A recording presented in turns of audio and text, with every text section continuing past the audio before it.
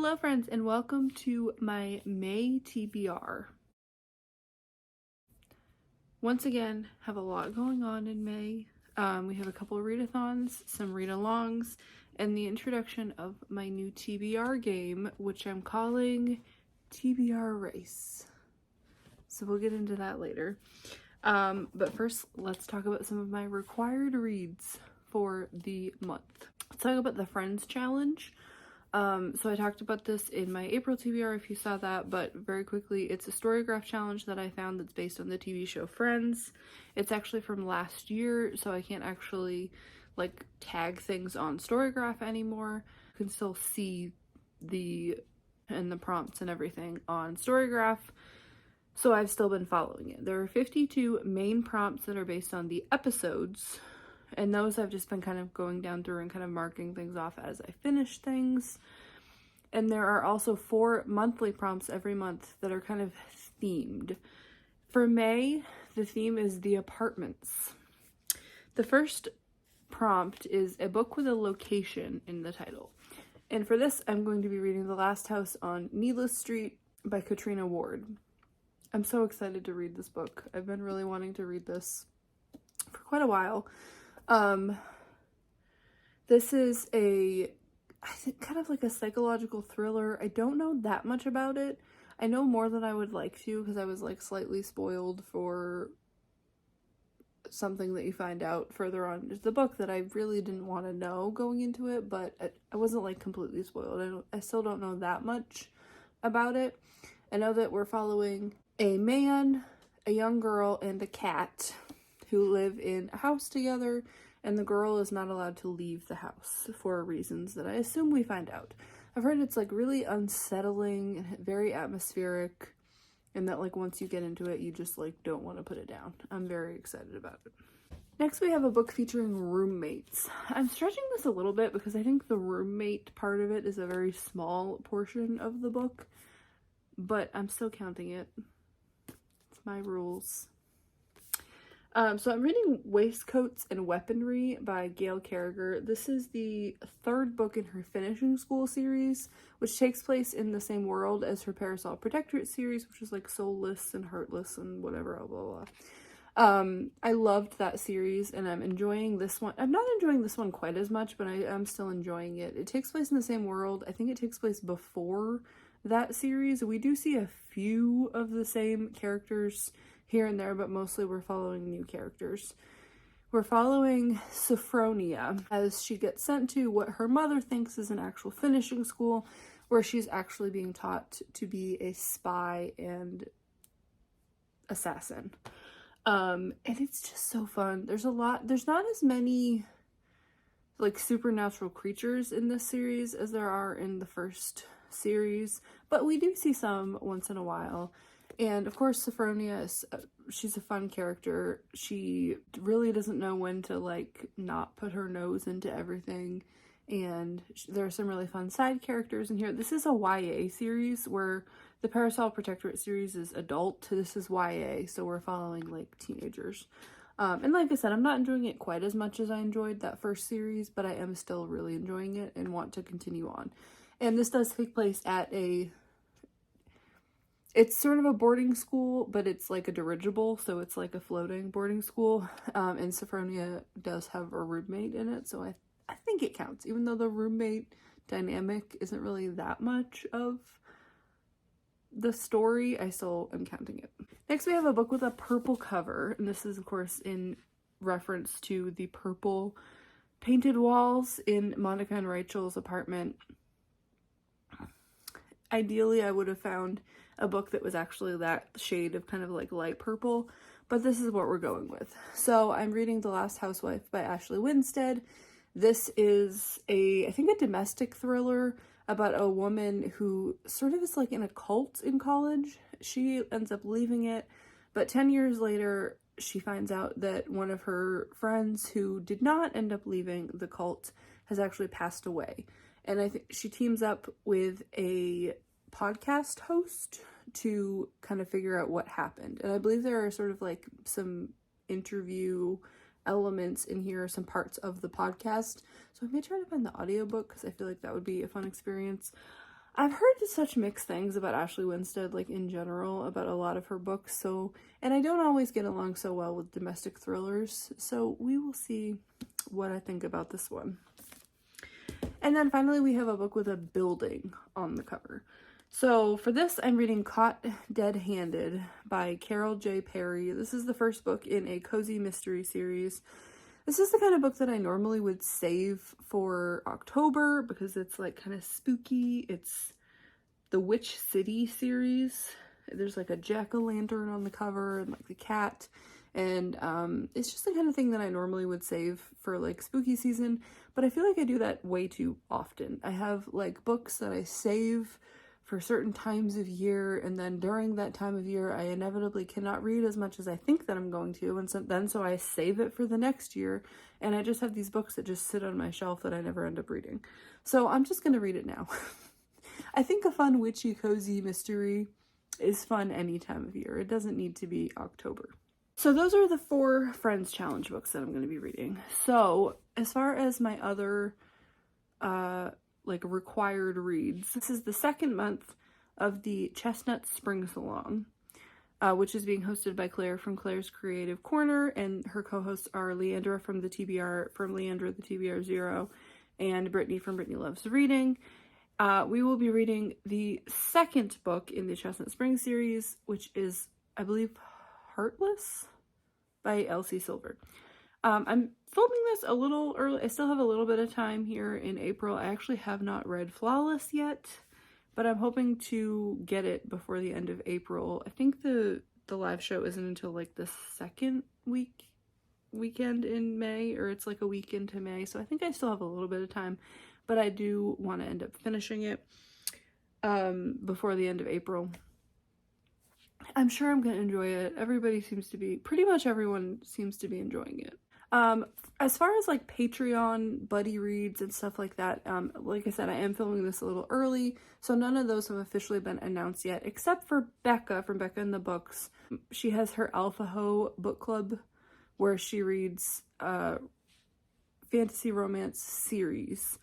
Her last one was the Savage Land series by Stacey Marie Brown, and I did read the first book and I didn't really like it, so I didn't continue on.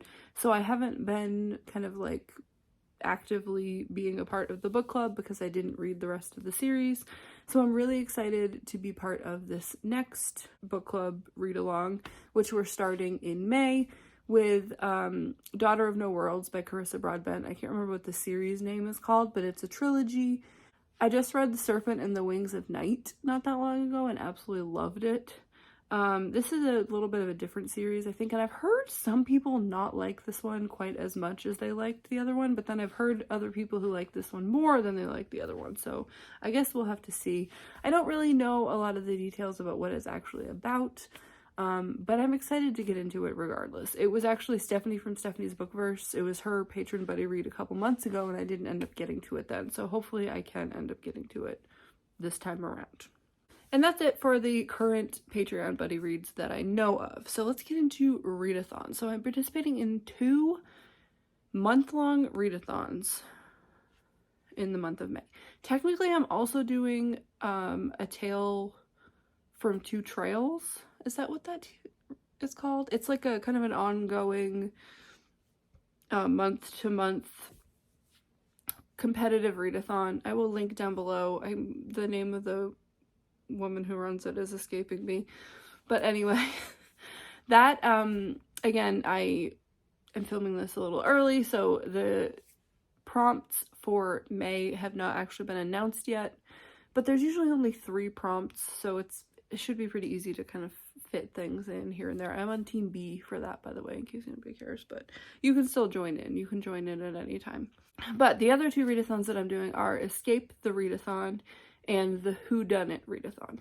So Escape the Readathon is hosted from Lexi from Books with Lexi, and it is essentially kind of like an escape room based readathon. Last year when she did it, it was a haunted house themed, and this time around it is carnival themed, and I'm so excited for it.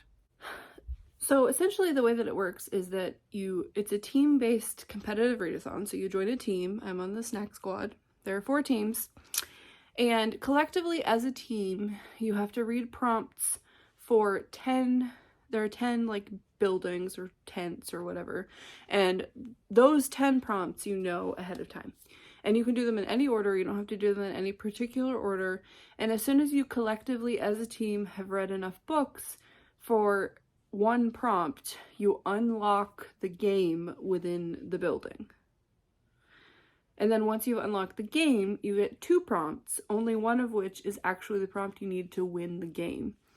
And then once you have, again, collectively as a team read enough for that one prompt that's going to win the game, then you win the game and you get a certain amount of tickets. It's all percentage based and averaged out, so it doesn't actually matter how big the team is. There's no advantage for having a bigger team. And there's a varying amounts of tickets in each building once you win the game. And then as soon as you have earned a certain amount of tickets, then you can escape the carnival and your team wins, essentially.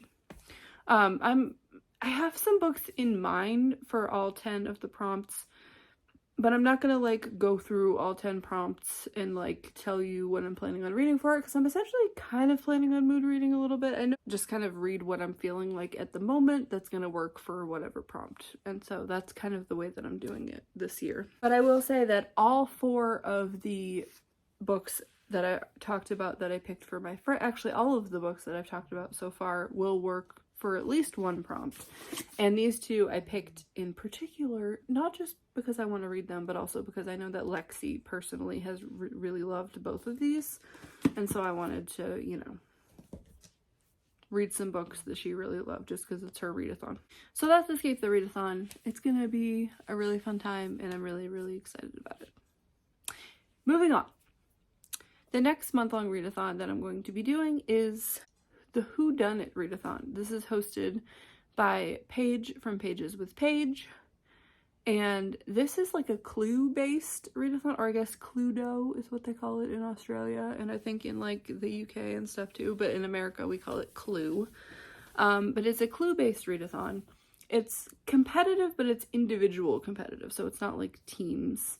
And it's pretty like low-key and chill. The prompts are pretty low-key. Like, you can kind of just sort of like read what you're gonna read anyway, and you can figure out ways to make the prompts work for you. So the way that it works is, if you ever played Clue before, you have the 3 types of cards. You have character cards, weapon cards, and room cards. And you take one of each of those cards and you put them in an envelope in the middle of the board, and that's like the answer of like who killed Mr. Body with what weapon in what room. And basically the point of the game is to figure out what cards, by process of elimination, by figuring out what cards are not in that little envelope, that leaves you with the answer of what is in the envelope. So this readathon essentially works the same way. You read sort of prompts. We'll get to that in a minute, but you read sort of prompts for the characters, the weapons, and the rooms, and after you have read a certain amount, you get access to a video that tells you a couple of the cards that are not in the envelope. And so eventually, by process of elimination, as you go through, as you figure out all of the cards that are not in the envelope, then you know what's in the envelope. And there's not really prompts, it's just kind of like vibes for each character, for each weapon, and for each room. You can take it as literally as reading a book with red on the cover for Miss Scarlet, or reading a book with blue on the cover for Mrs. Peacock, or you can go like a little more into it and read like a book featuring military for Colonel Mustard, or a book featuring like rich people with maids for Mrs. White. And then same with like the weapons and the rooms. You can do a little bit more surface level and just have like one of the weapons be on the cover of the book, or even like in the title of the book, or you can be a little bit more abstract with it. And there are some ideas for sort of how to interpret things and prompts to use on the Google Doc that Paige has created, but you can also just kind of use your own sort of judgment, essentially.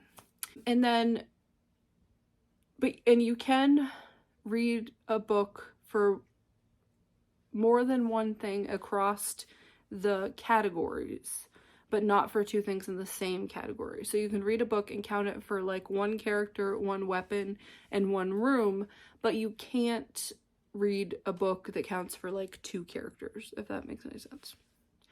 And then at the end of it, after you've got all the videos revealed and you think you know what is in that envelope, you have to spin a challenge wheel, complete that challenge. There are 2 challenge wheels. I think you can pick between either one of them. There's a book challenge wheel and then like an activity challenge wheel. Once you have completed the challenge, then you can submit your answers for who you think was the killer and what you think the answer is. I think sounds like a really, really fun readathon, and I'm really excited to participate in it. Apparently this is the 2nd year that Paige has done it, but I was not subscribed to Paige last time that she did it. So I didn't do it. So I'm really excited about this. The last element of this is that you do get to pick a character that you play at, and that character gives you a little bit of a leg up in a different way. And so I am playing as Mrs. Peacock. So Mrs. Peacock, you get to roll a d6, and whatever it lands on, you get that many extra days at the end of April to start reading early for the month-long readathon. So I'm gonna roll my d6 right here into this bowl. I don't really have a good way to like roll it and like show it to you properly, so this is what we're gonna do. It is a 4. I don't know if you can see that. Can you see that? Yeah, you can see that. It's a 4. So I get 4 extra days at the end of April to tack on to the beginning of May, so I can get a little bit of a head start. Pretty excited about that. Okay, so I think that's it for like readathons and things. I have some like Patreon readathons going on, but nothing that I know the details of officially yet. I think Brittany Loves Reading is planning on doing I think it's a 48-hour readathon this month. And then of course it's a month where we will have mini Star Hop with Stephanie from Stephanie's Bookverse. And then of course Becca will have a 24-hour readathon at some point, but none of those are announced yet, and we don't know the dates of them yet, so no point talking about that. And now it's time to play my TBR game for the very first time. I'm really excited about this. So essentially the way this came about was that I kind of wanted a TBR game because a lot of people have them and they seem really fun. I'm not super creative, so or like artsy or anything, so I didn't really know how to come up with one that was like my own like specific creation. And I didn't want to like copy anything that anybody else had already done. I was gonna do Uno, but then I like did a search on BookTube and there are like a few other creators who use Uno. There's like Bingo has been done. So I was looking at this. This like 100 classic games thing I got for $5 at Family Dollar a couple years ago. And I was looking through it and I was like, you know what, there are some interesting game boards in here that have some interesting things going on for them. And so I found this one, which is this like racing board game. And it has 4 separate things, like tracks. They all have the same amount of spaces on them. And I thought, well, that would be fun to be able to have a game where maybe it could be a little different every time that I played it. So I wrote on all of the spaces various little prompts. Now my handwriting is not great. You're gonna see when we get like closer up, when we go to the shot of the board. My handwriting is not great. The baby was kind of jostling my hand a couple times, so it's worse than normal. It also got a little smudged because I was not thinking things through when I was using like a gel pen. We'll deal with it. So there are things like colors on the cover, things like genres, things like the length of the book, the age range of the book. Some things are on all of the tracks, on all 4 of them, and then some things are only on one track. And even if they're on the same track, they're in a different place on the track. So essentially, depending on which color I get, it'll be like playing a different TBR game. It's not going to be the same TBR game. There are also spaces on here that say like +2, -4, there's some -6 and +5. So there are some opportunities to kind of like be able to go forward and or possibly go backwards if the board is not nice to me.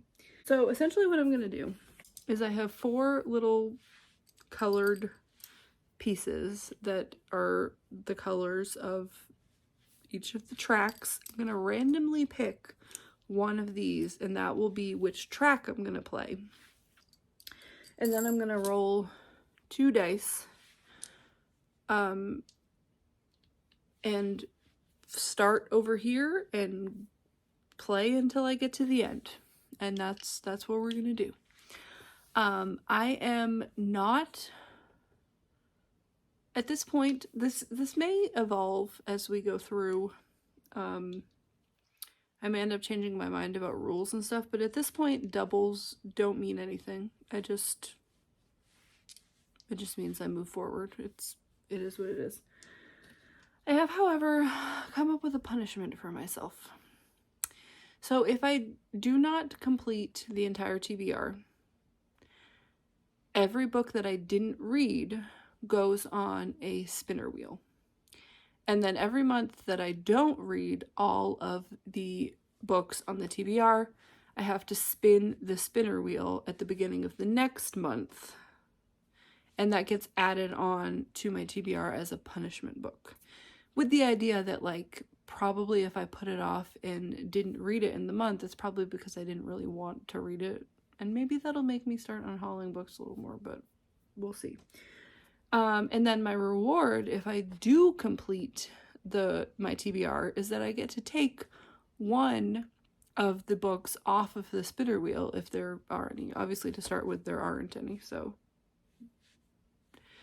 I kind of stole this idea from Allison on a book break, because she does that with her TBR game, where anything that she didn't read goes on a wheel, and then she spins the wheel as part of some of her other TBR games. So that's kind of where I got that idea from. So, without further ado, let's pull a random color and see which track we're going to be playing. So I put the prompts on there just kind of at random. I didn't really like plan.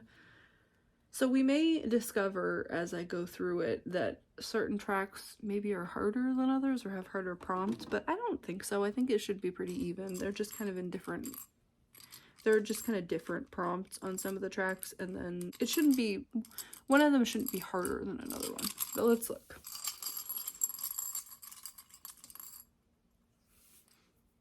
Blue. So we're going to be doing the blue track today. All right. So in advance, I would like to apologize for the shaky angle that you're about to get of this board. I currently am just gonna have to hold my phone over the board because I don't have a tripod that has the capability of like bending over it to like get a good shot of it. I do have one on the way, so next month when I play this, you will have a better view.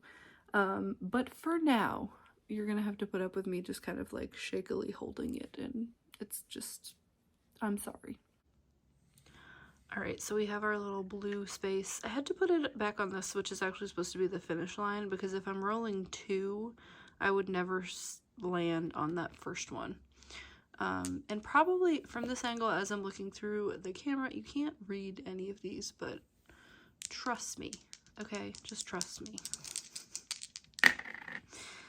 10, that's a nice big number. 10, and then we landed on the +8. 8. All right, random shelf. So this means that I'm gonna have to do a random number generator with the number of shelves that I have, and then pick a book, whatever book I want to read off of that particular shelf. So that's kind of fun. For our first roll, we got random shelf. So I will insert that footage here. Alright friends, we are in my bedroom where all my unread books are. And we are calling this shelf 1, 2, 3, and there is a 4th one down there that has unread books on it. And then number 5 is my Kindle. We have a random number generator pulled up here on my iPad. 1 through 5. 3. Alright, so anything on this shelf is fair game. I'm gonna pick this.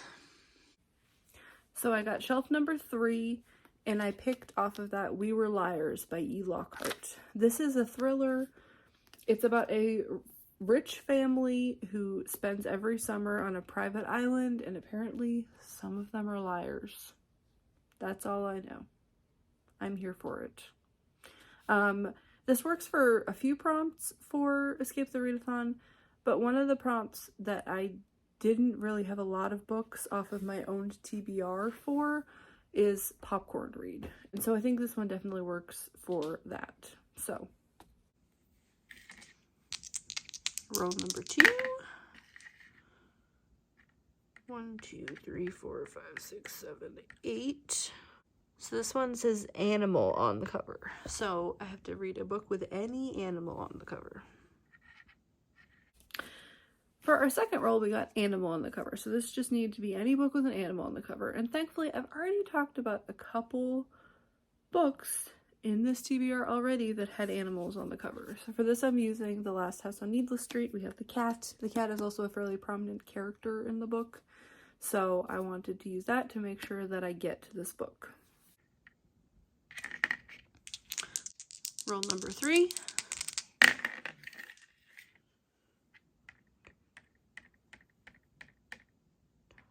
Alright, I spun the board around because I wrote the way that I wrote them. I can't really read it. It's upside down for me. But we have adult. So any adult book. For the third roll, we got adult. So just any adult book. And again, I already have some books that I've mentioned that are adult books. So we're using The Last Housewife for this just to make things easy on myself. This is actually shaping up to be a pretty good game, I think. Is this roll number 4 or is this roll number 5? I don't remember. I'm not writing them down.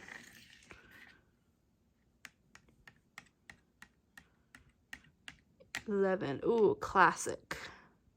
This was not the month I wanted to be reading a classic.